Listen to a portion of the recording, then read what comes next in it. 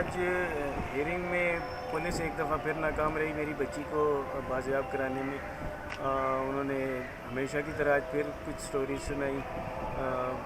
जिस तरह के पिछले हियरिंग में उन्होंने एक वकील की बात की थी, आज उन्होंने फिर वही बात की कि जी एक वकील है केपीके में जो जिसे हमारा वो चल रहा था, अनफॉर्चुनेटली वो नहीं कर पाया।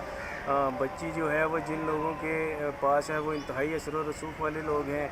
और जब भी पुलिस छापा मारने जाती है वो बच्ची को पहले ही उन्हें पहले पता चल जाता है, और पुलिस का भी कुछ ना कुछ रोल है जो वहाँ पे मुकामी पुलिस है वो गाइड कर देती है और ये लोग गायब हो जाते हैं। जज साहब बड़े हैरान थे इन सारी चीज़ों को सुन के। उसके बाद इन्होंने बाकायदा रिक्वेस्ट की कि जी इस केस को केपीके में शिफ्ट कर दिया जाए।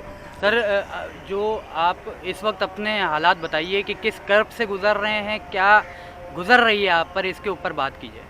यकीन करें आज जो इन्होंने पुलिस ने आज जो अपनी नाकामी का एतराफ़ किया है, मेरे लिए वो एक क़यामत वाली घड़ी थी। क्योंकि मैं हर हियरिंग पे, अब तो मैं आपने देखा होगा मैं फैमिली के साथ बच्चों के साथ मैं हियरिंग पे आता हूँ, क्योंकि इस उम्मीद के साथ आता हूँ कि किसी भी वक्त मेरी बच्ची को बाजियाब करा लेंगे तो हम बच्ची से मिलेंगे पूरा घर। आज जिस तरीके से इन्होंने मुकम्मल नाकामी का इजहार किया वो एक क़यामत का लम्हा था।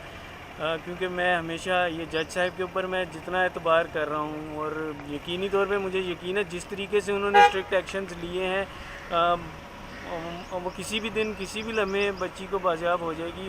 लेकिन पुलिस पे आज उन्होंने स्ट्रिक्ट एक्शन लिया कि कंडीशनल उन्हें अंडरटेकिंग उन्होंने दी है पुलिस ने, आईजी साहब ने, कि अगर बच्ची जुमे को बाजियाब नहीं होगी तो आईजी साहब रिमूव हो जाएंगे।